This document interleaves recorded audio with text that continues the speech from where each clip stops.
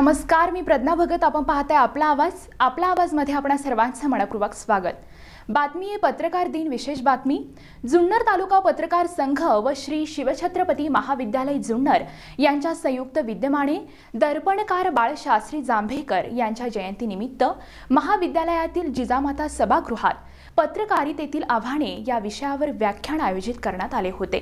या निमित्ताने उपस्थित मान्यवरांनी पत्रकारांना शुभेच्छा देत पत्रकारितेबद्दल आपली परखड मतेही मांडली. सुरुवातीला दीप प्रज्वलन करून कार्यक्रमाची सुरुवात झाली. उपेक्षित वर्गाच्या व्यथा मांडणारे ग्रामीण ढंगाचे कवी अशी ओळख असलेले राजुरी येथील कवी विलास हडवळे प्रमुख पाहुणे म्हणून उपस्थित होते. कार्यक्रमाच्या अध्यक्षस्थानी महाविद्यालयाचे अध्यक्ष प्रतिनिधी प्राध्यापक व्ही.बी. कुलकर्णी हे होते. यावेळी आपला आवाज वृत्तवाहिनीचे मुख्य संपादक अतुलजी परदेशी, उपविभागीय पोलीस अधिकारी जयश्री देसाई, पोलीस निरीक्षक कैलास घोडके, उपप्राचार्य प्राध्यापक एस.जी. पाटील, पत्रकार संघाचे अध्यक्ष प्राध्यापक किशोर चौरे, आपला आवाजचे संपादक रायचंद शिंदे, आय1 वृत्तवाहिनीचे संपादक पवन गाडेकर, पत्रकार संघातील सर्व सदस्य, प्राध्यापक वर्ग आणि विद्यार्थी मोठ्या संख्येने उपस्थित होते. प्राध्यापक विलास कडलग यांनी या कार्यक्रमाचे सूत्रसंचालन केले. कार्यक्रमाचं महत्त्व काय आहे, कार्यक्रमाचं आयोजन का करण्यात आलं आहे याबाबत आपल्या समोरानंतर आपल्याला लाभलेले जे पाहुणे आहेत त्या पाहुण्यांचा यथोचित सत्कार करणं हे आपलं कर्तव्य आहे. आजच्या कार्यक्रमाचे जे प्रमुख अतिथी आहेत त्यामध्ये सन्माननीय विलासजी हडवळे एक ग्रामीण कवी आहेत. महाराष्ट्रातील जे नामवंत चॅनल्स आहेत त्यामध्ये IPN लोकमत असेल, G24 तास असेल, यांच्या माध्यमातून अनेक वेळा त्यांनी कविता सादर केल्या आहेत. त्या कविता सादर करत असताना मुख्यत्वे करून शेतकऱ्यांचे असणारे प्रश्न असतील, ग्रामीण भागातले प्रश्न असतील, या विविध अंगांना स्पर्श करत त्यांनी या ठिकाणी हे सर्व मांडण्याचा प्रयत्न केला आहे. या आधी या आपल्या महाविद्यालयामध्ये IPN लोकमतचे कार्यक्रम संपादक मंडळाचे प्रोफेसर यांचा आपण या ठिकाणी जर्नलिझम इन करिअर याविषयी मार्गदर्शन आयोजित केलेले होते. तर आज या ठिकाणी कवी आणि पत्रकार, कवी हा आपला कल्पनेतून कविता करत असतो, मात्र पत्रकारिता करत असताना पत्रकाराला येणारे अनुभव फार वेगळे असतात. ज्या सत्य घटना असतात त्या सत्य घटनांवरती प्रामुख्याने पत्रकार आपले लेखन करत असतो. इलेक्ट्रॉनिक मीडिया आणि प्रिंट मीडिया ह्या दोन बाजू या माध्यमांच्या आहेत.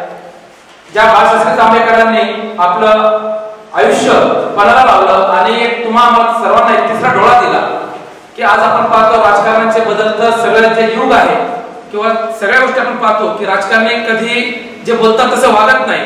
मग अशा वेळेला सर्वसामान्य माणसाला जे काही आधार असतो तो बऱ्याच वेळेला मीडिया म्हणून आपण जे बघतो तो पत्रकार. हा पत्रकार आपली स्वतःची कधी त्या ठिकाणी पर्वा न करता, आपल्या घरचा विचार न करता समाजात असणाऱ्या प्रत्येक घडामोडी बारकाईने इतरांपुढे मांडण्याचा प्रामुख्याने प्रयत्न करतो आणि त्या मांडत असणाऱ्या सगळ्या घडामोडी या सत्य असल्या पाहिजे याचाही तो शोध घेत असतो. बऱ्याच वेळा पत्रकारांवरती वेगळ्या पद्धतीने बोलले जातं की पत्रकार थोडंसं चुकतात, काही राजकारणाच्या मागे पळतात. पण पत्रकारिता करत असताना दैनिकांचं असणारं त्या ठिकाणी मॅनेजमेंट, जे मालक असतात, जे इलेक्ट्रॉनिक मीडिया असते, या सगळ्या गोष्टींचं बंधन त्या पत्रकाराला असतात. बऱ्याच वेळेला जे सत्य आपल्या समोर घडतंय ते उभे मांडण्याचा पत्रकार जरी प्रयत्न करत असला तरी काही अंशी काही गोष्टी बदलतात हे पत्रकार आम्ही मान्य करतो.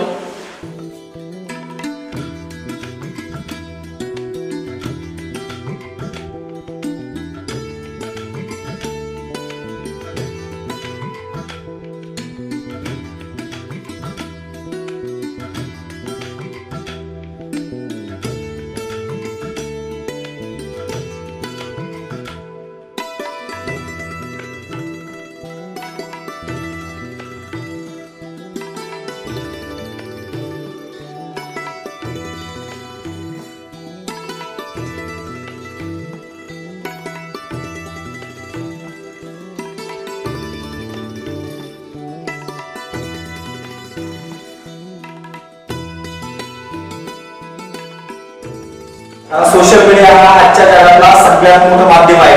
फक्त ते ऑथेंटिक बऱ्याच गोष्टींवरती नसतं, त्यात आलेल्या काही पोस्ट असतात, त्यात आलेल्या काही बातम्या असतात, त्या खऱ्याच असतील असं नाही. म्हणून दैनिकामध्ये खाली एक ओळ दिली असते, या दैनिकात छापून आलेल्या मजकुराशी संपादक सहमत असतील असे नाही.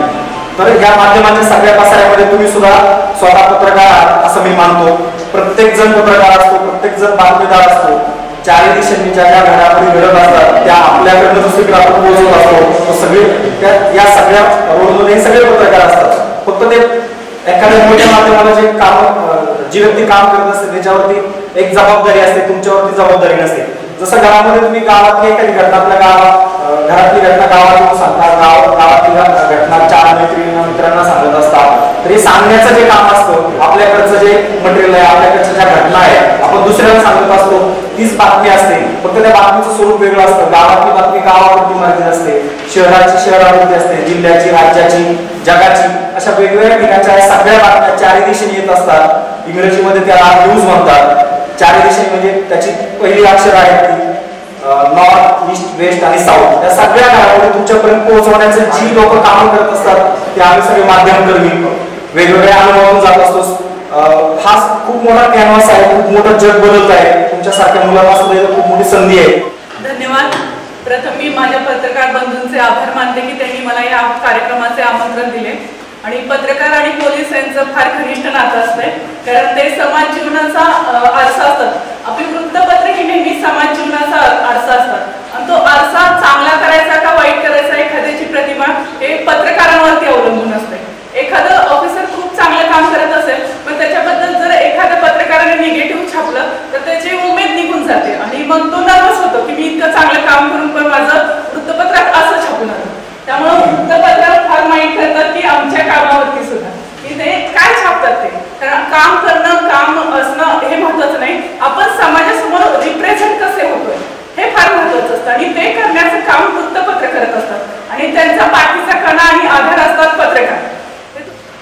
आज जो कार्यक्रम आहे तो आहे बाळशास्त्री जांभेकर यांच्या जयंतीनिमित्त पत्रकार संघाने कार्यक्रम आयोजित केला. त्याबद्दल सर्वप्रथम मी त्यांचा आभारी आहे.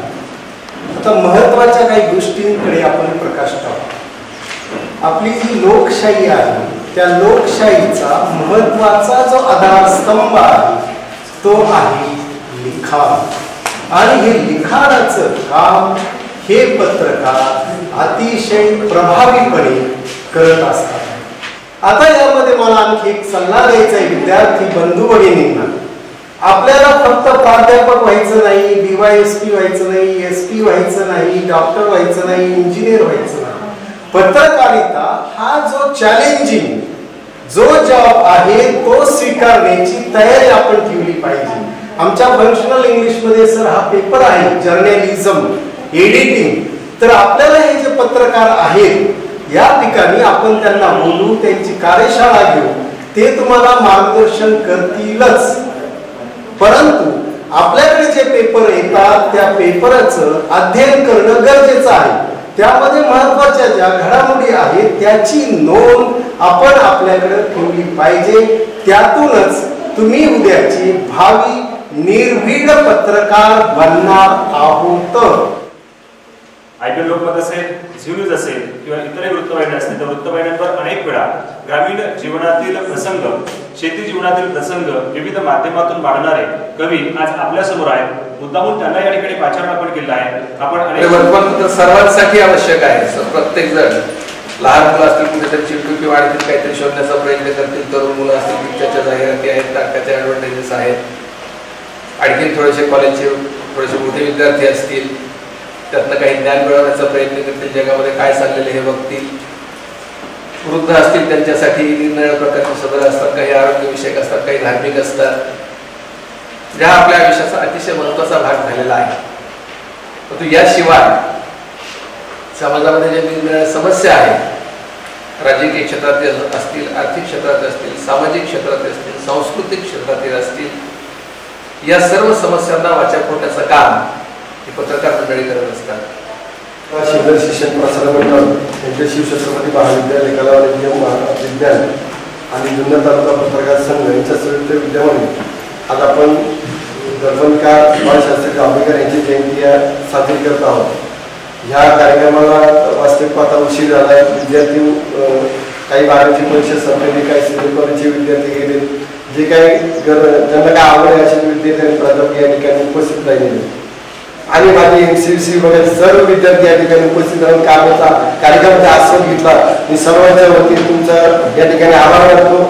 पत्रकार संघाच्या या कार्यक्रमात विशेष आकर्षण होते ते पत्रकार संघाच्या या विशेष कार्यक्रमात विशेष आकर्षण होते ते म्हणजे कवी विलास हडवळे यांच्या सत्य परिस्थितीवर थेट हल्ला चढवणाऱ्या कविता. बातमीपत्रात जाता जाता पाहूयात याच कार्यक्रमात हडवळे यांनी वाचन केलेल्या कवितांमधील काही निवडक क्षण.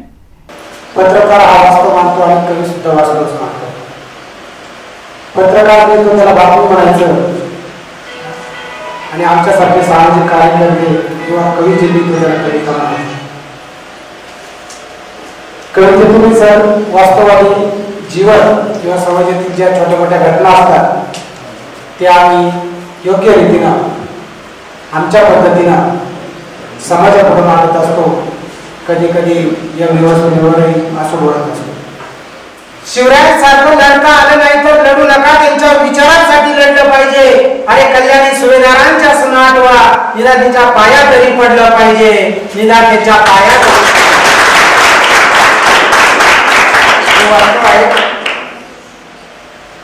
कोण कुठं बसल याचा नियम नाही. देवळाच्या कळसावर कावळे दिसू लागले.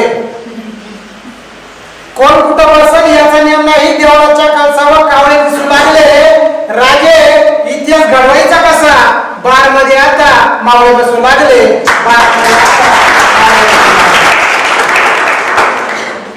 असा कसा जमाना? तरुणांची केस पिकू लागले. असा कसा जमाना? तरुणांची केस पिकू लागले. बॅट हातात धरून म्हातारे वाईटवा सुद्धा पकडू लागले. बॅट हातात धरून म्हातारे वाईटवा सुद्धा पकडू लागले. कधी कधी मला कॉलेजच्या मुलामुलींची सुद्धा कीव येते. मोबाईल केवळ तंत्रज्ञानाच्या दृष्टीने फायदेशीर आहे तेवढा तोटा सुद्धा आहे.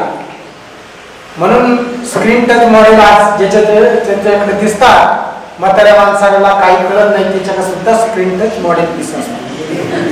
म्हणून मला राहिलं नाही आणि 4 मध्ये मी ते मांडलं. चेहऱ्याला स्कार्फ, कानाला मोबाईल, व्हॉट्सअपवर जेथे कळू लागलं. चेहऱ्याला स्कार्फ, कानाला मोबाईल, व्हॉट्सअपवर जेथे कळू लागलं. स्क्रीन टच मॉडेलवर चापून चापून का होईना म्हातारं गेम खेळू लागलं.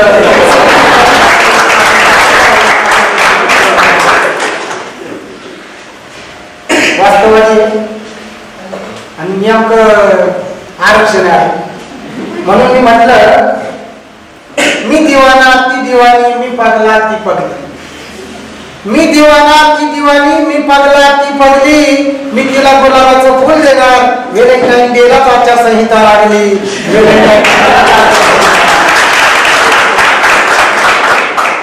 मोटरसायकलवरून काय काय असे एवढे फास्ट जातात आणि त्यांच्या मागे नवीन जोडी असते. नवीनच जोडी आहे. बसायचं कसं हे सुद्धा समजत नाही. म्हणून ते सुद्धा आमच्या लेखणीतून सुटत नाही. तेव्हा मी म्हटलं बाईक वरून दुमजात सफर तिच्या जीवाची आवडी. बाईक वरून दुमजात सफर तिच्या जीवाची आवडी. आणि गाडीची मागची कडी सोडून ती पुढच्याची धरायची भरकडी.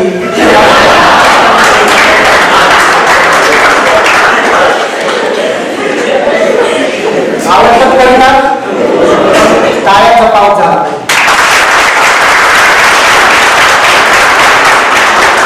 शीर्षक आहे मैत्री.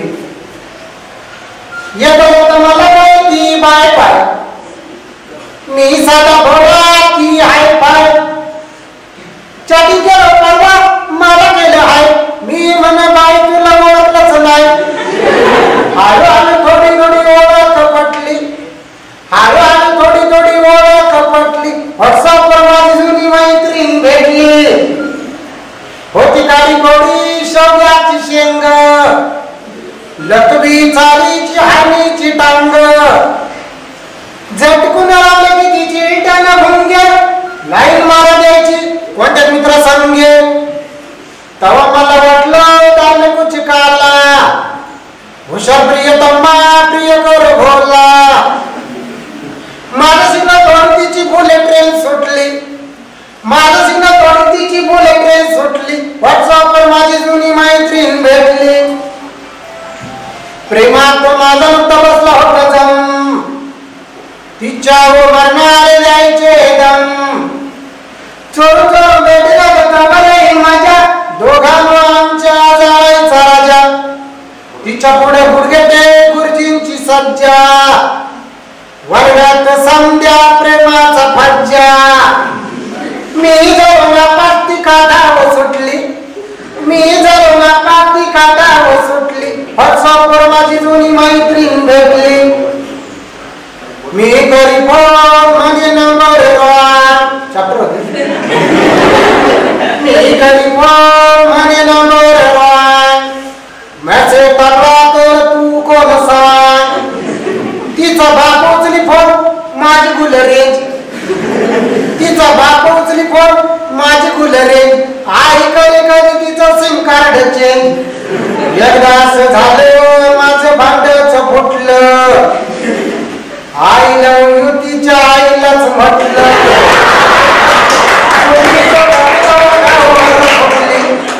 गुपित बापी गावावर फुटली व्हॉट्सअपवर माझी जुनी मैत्रीण भेटली शाळेचं गॅदरिंग अभ्यास सुट्टी तिच्या डान्सवर पहिली आपलीच शिट्टी ती महबूबा शिवाट मस्तानी लय गोड दिसायची ती हसतानी शाळेत सगळी आमचीच चर्चा कधी कधी जायचा हातीसात वरच्या कधी लाडी गोडी आणि कधी कुरकुरी कधी लाडी गोडी आणि कधी कुरकुरी ही गेली लगीन करून मला दिल्या कोरी सोन्याच्या पिंजऱ्यातून मैना तवा सुटली तवा सोन्याच्या पिंजऱ्यातून मैना तवा सुटली व्हॉट्सअपवर माझी जुनी मैत्रीण भेटली व्हॉट्सअपवर माझी जुनी मैत्रीण भेटली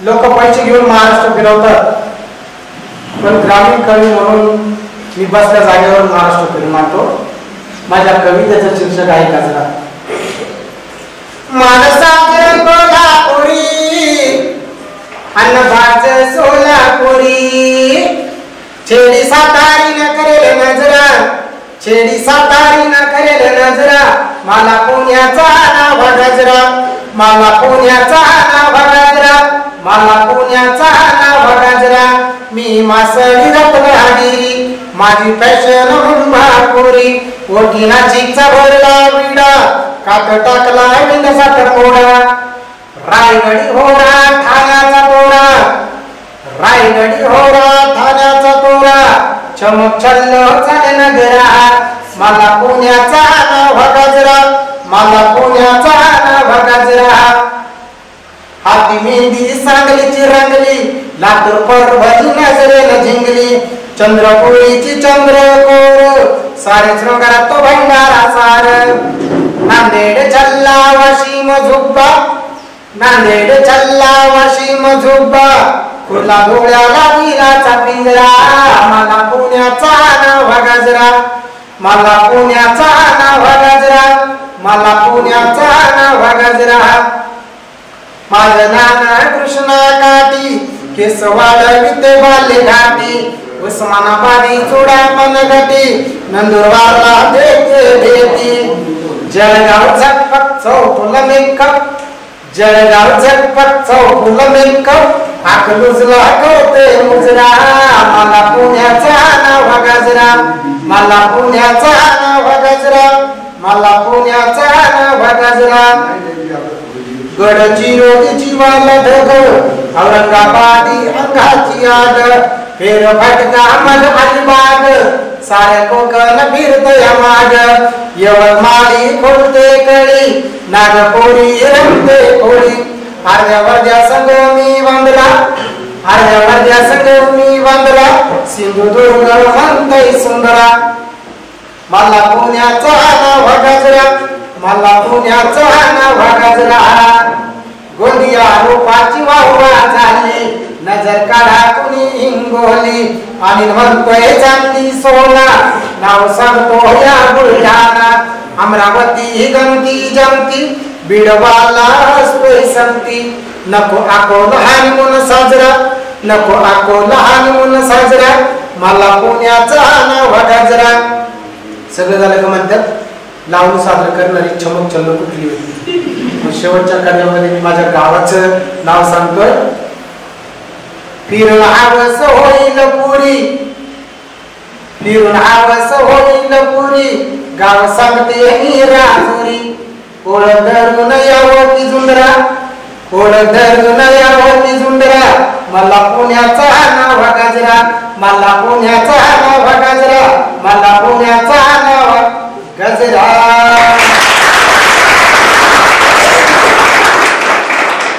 रोमॅन्टिक मूडमधून थोडं वास्तववादी जीवन काय ते सांगतो. वास्तववादी भाष्य 4 ओळीमध्येच आहे. या कवितेचे शीर्षक आहे लोटांगण. बघा उमेदवारीसाठी भली मोठी रांग काल गळ्या गळे आज होतात. बघा उमेदवारीसाठी भली मोठी रांग काल गळ्यात गळे आज होतात.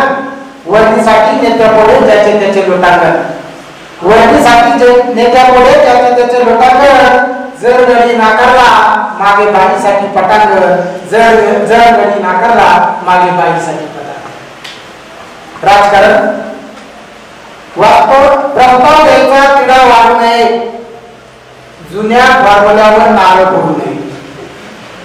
प्रस्ताव द्यायचा तिढा वाढू नये जुन्या फॉर्म्युल्यावर नारळ पडू नये. आघाडी असो युती जुळेना समीकरण आघाडी असो युती जुळेना समीकरण. वर होतो समझोता आतून राजकारण वर होतो समझोता आतून राजकारण. या कवितेचे शीर्षक आहे बोलवण आपल्या स्वयं कळत नाही. गुरुजी तुमचा रोजचा प्रश्न माझं तेच उत्तर. गुरुजी तुमचा रोजचा प्रश्न माझं तेच उत्तर. ज्याचं त्याला सगळं कळतं फक्त वळत नाही. गुरुजी खरंच मला काही कळत नाही. गुरुजी खरंच मला काही कळत नाही. शाळेत राजकारण असतं की राजकारणात शाळा शाळेत राजकारण असतं की राजकारणात शाळा. मास्तर आणि पुढाच्या समितीत बदलीचं कधी जुळत नाही. छुपे डाव सगळे टाकतात ओपन कोणी खेळत नाही. गुरुजी खरंच मला काही कळत नाही. गुरुजी खरंच मला काही कळत नाही. घराच्या घरात बोध झाला शिक्षणाचा वाट्या बोध झाला. बाप म्हणतो इंग्लिश मीडियम आई म्हणते मराठी. बाप म्हणतो इंग्लिश मीडियम आई म्हणते मराठी. अमृतातही पैसा विकणारी माझी मराठी. खरा मराठी जात ज्ञानेश्वरी चालत नाही. गुरुजी खरंच मला काही कळत नाही. गुरुजी खरंच मला काही कळत नाही. अभ्यास करून सरकार पोषण आहारात नापास झालं. अभ्यास करून सरकार पोषण आहारात नापास झालं. न अभ्यास करता पोरवा आठवीपर्यंत पास झालं. पुढे परीक्षा असं तिकीट पुढे परीक्षा असं तिकीट घंटा दिल्याशिवाय कळे देवत नाही. गुरुजी खरंच मला काही कळत नाही. गुरुजी खरंच मला काही कळत नाही. इतिहास घडवायचा तर इतिहास वाचला पाहिजे म्हणतात. इतिहास घडवायचा तर इतिहास वाचला पाहिजे म्हणतात. इतिहास असतो पानात तलवार असते पानाची. इतिहास वाचून पेटून ओळखता येतं पण तलवारीचं लायसन मिळत नाही. गुरुजी खरंच मला काही कळत नाही. गुरुजी खरंच मला काही कळत नाही. भूगोलात आम्हा पाणी आहे भूमितीच्या मापात धरण आहे. भूगोलात आम्हा पाणी आहे भूमितीच्या मापात धरण आहे. करोडो रुपयांचा पूर आला आणि गेला. सिंचनाचं सोडा पाणी अजून नळत नाही. गुरुजी खरंच मला काही कळत नाही. कळून तरी आता करणार काय. वय चाललंय वाढत मी ग तुम्ही ग. कळून तरी आता करणार काय. वय चाललंय वाढत मी ग तुम्ही ग. गळून गेला हे तरी दाटलेला शाही गळत नाही. गुरुजी गुरुजी खरंच मला काही कळत नाही. गुरुजी खरंच मला काही कळत नाही.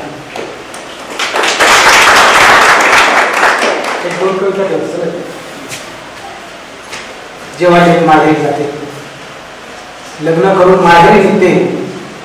दिवसभर पाहुण्यांचा आदर स्वागत आनंदाने लेकीचं लग्न जमवल्यापासून 5 आठवड्यापर्यंत आईबाप खूप धावपळ करत असतात. एवढा आनंद त्यांच्या चेहऱ्यावर असतो. परंतु ज्या वेळेला मुलीची बोलवण येते तेव्हा त्यांच्या डोळ्यामध्ये तिची बोलवण करायचं अश्रू येतात. म्हणून माझ्या कवितेचं शीर्षक आहे बोलवण. साडोळा कोपरी तुझ्या होती तो लग्न माहेराचा गुणाने ग सासरी जपून सांडून कोरी तुझ्या वटीत लधन माहेराचा गुणाने ग सासरी जपून टेव बाटावरी पाय भरला विडागे मुखी तर मळ बापाची लेक माझी व्हावी सुखी सारा जन्म बापाचा तुझ्या काळजीत गेला कर्जाच्या नावानीला जीव बापानी बांधला बापासाठी पोरीवरून भले माग माग बापासाठी पोरीवरून भले माग माग आठवत त्याला तुझं बालपणीच गजग लग्नाचा डंका त्याने चार गावात पिटला बोडवणीचा सोहळा वीर बापाचा सुंदला बोडवणी चारकाचे का कोळंबले घोडे भाऊरायाने घातले भवती सर्वांचे सडे मायदावी ते हुंदका लावी डोळ्याला पदर मायदावी ते हुंदका लावी डोळ्याला पदर बांधखाली काळ झाला तरी आवड नापूर मिठी सोड नानाबाई किती गही वरून येई मिठी सोड नानाबाई किती गही वरून येई लेखपाट मोरी होते रडे कधीच आई लेखपाट मोरी होते रडे कधीच आई रडे कधीच आई.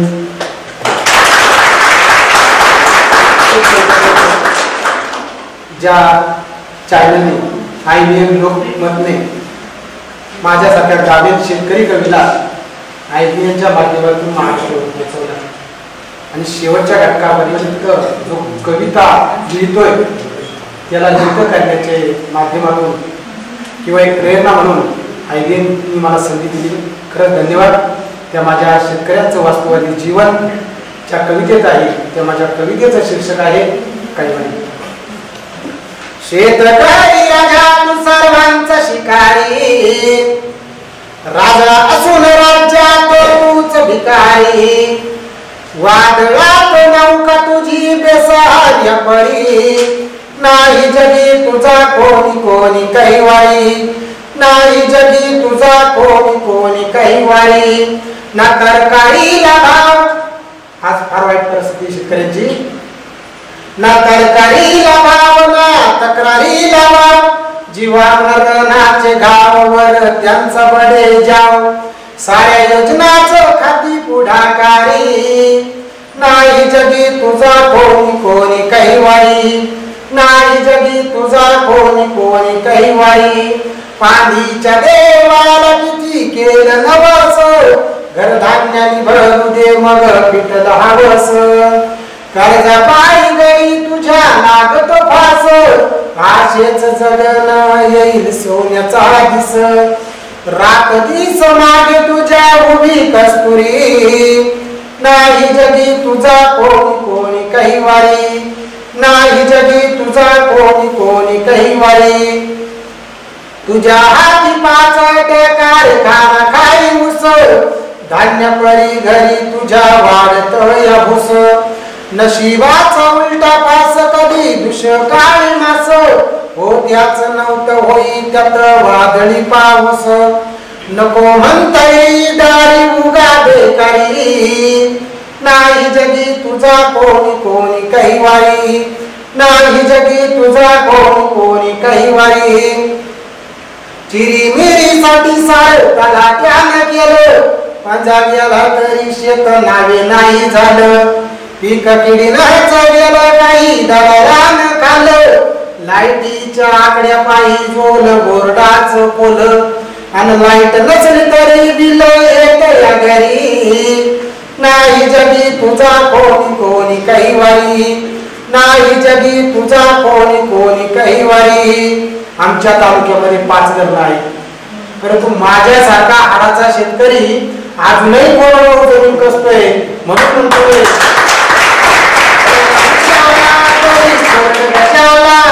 तिथं ज्याचा वशिला त्याचं कुत्र काशीला, तसा त्यांचा देव त्यांनी कोणला मंदिरी.